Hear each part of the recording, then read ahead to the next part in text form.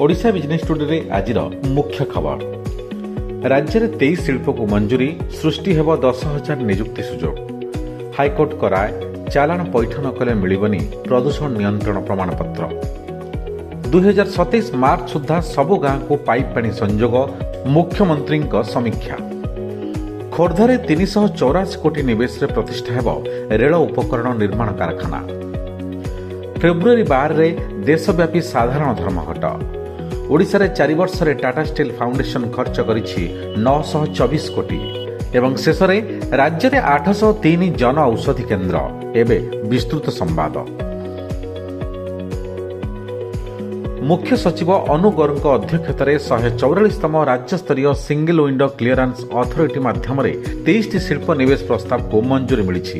11 जिलार 23 निवेश प्रस्ताव को मंजूरी मिली। यह 4111.80 कोटी निवेश सहित 9,924 निजुक्ति सुजोग सृष्टि करिब। एही अनुमोदन गुड़िक ओडिशार शिल्प इकोसिस्टम को सुदृढ़ करने सह निजुक्ति केन्द्रिक अर्थनैतिक अभिवृद्धि को त्वरान्वित करने दिगरे आउ एक प्रमुख माइलखुंट हेब।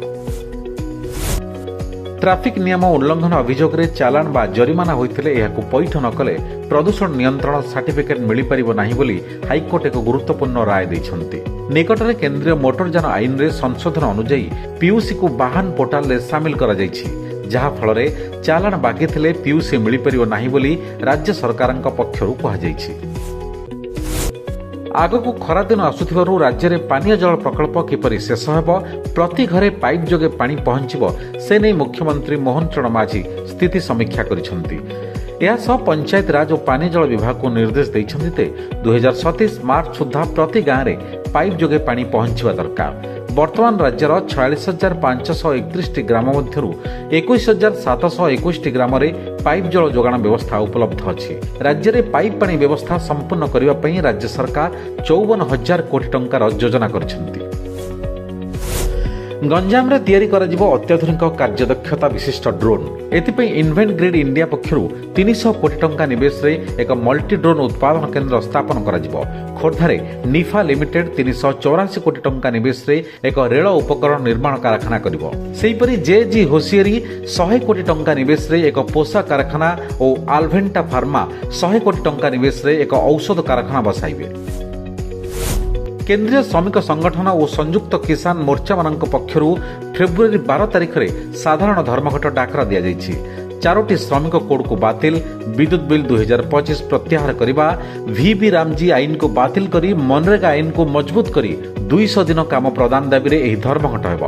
ओडिशार प्रमुख वामपंथी दल यथा CPI, CPIM, CPI ML, liberation और ऑल इंडिया फॉरवर्ड ब्लॉक एही धर्मघट को संपूर्ण सफल करने को आह्वान दैछन्ति। टाटा स्टील कॉर्पोरेट सामाजिक दायित्वबोध कार्य संपादन करुवा टाटा स्टील फाउंडेशन गत 4 वर्ष मध्य ओडिशा रे लोकंक विकास, परिवेश सुरक्षा और अन्यान्य जनमंगल कार्य रे 924 कोटी टंका व्यय करिछि। भुवनेश्वर टीएसएफ पक्षरु 294 शଯ୍या विशिष्ट अत्याधुनिक कैंसर हॉस्पिटल निर्माण करा जाउछि। विभिन्न प्रकार कार्यक्रम जरिए टीएसएफ गत 3 वर्ष रे 67.65 लाख लोकंक जीवन को लाभ पहुंचाइछि बोली एहार सीईओ सौरभ राय सूचना दैछन्ति। 225 डिसेम्बर 31 सुधा ओडिशा रे 803टी जन औषधि केन्द्र खोलिछि। सरकारी हॉस्पिटल परिसर रे 21टी जन औषधि केन्द्र अछि बोली केंद्र रसायन और सार राष्ट्र मंत्री अनुप्रिया पटेल राज्यसभा रे लिखित उत्तर कहिसन्ति।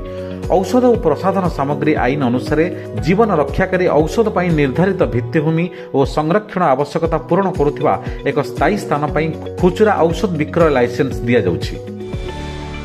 It's all of your business. Business breaking.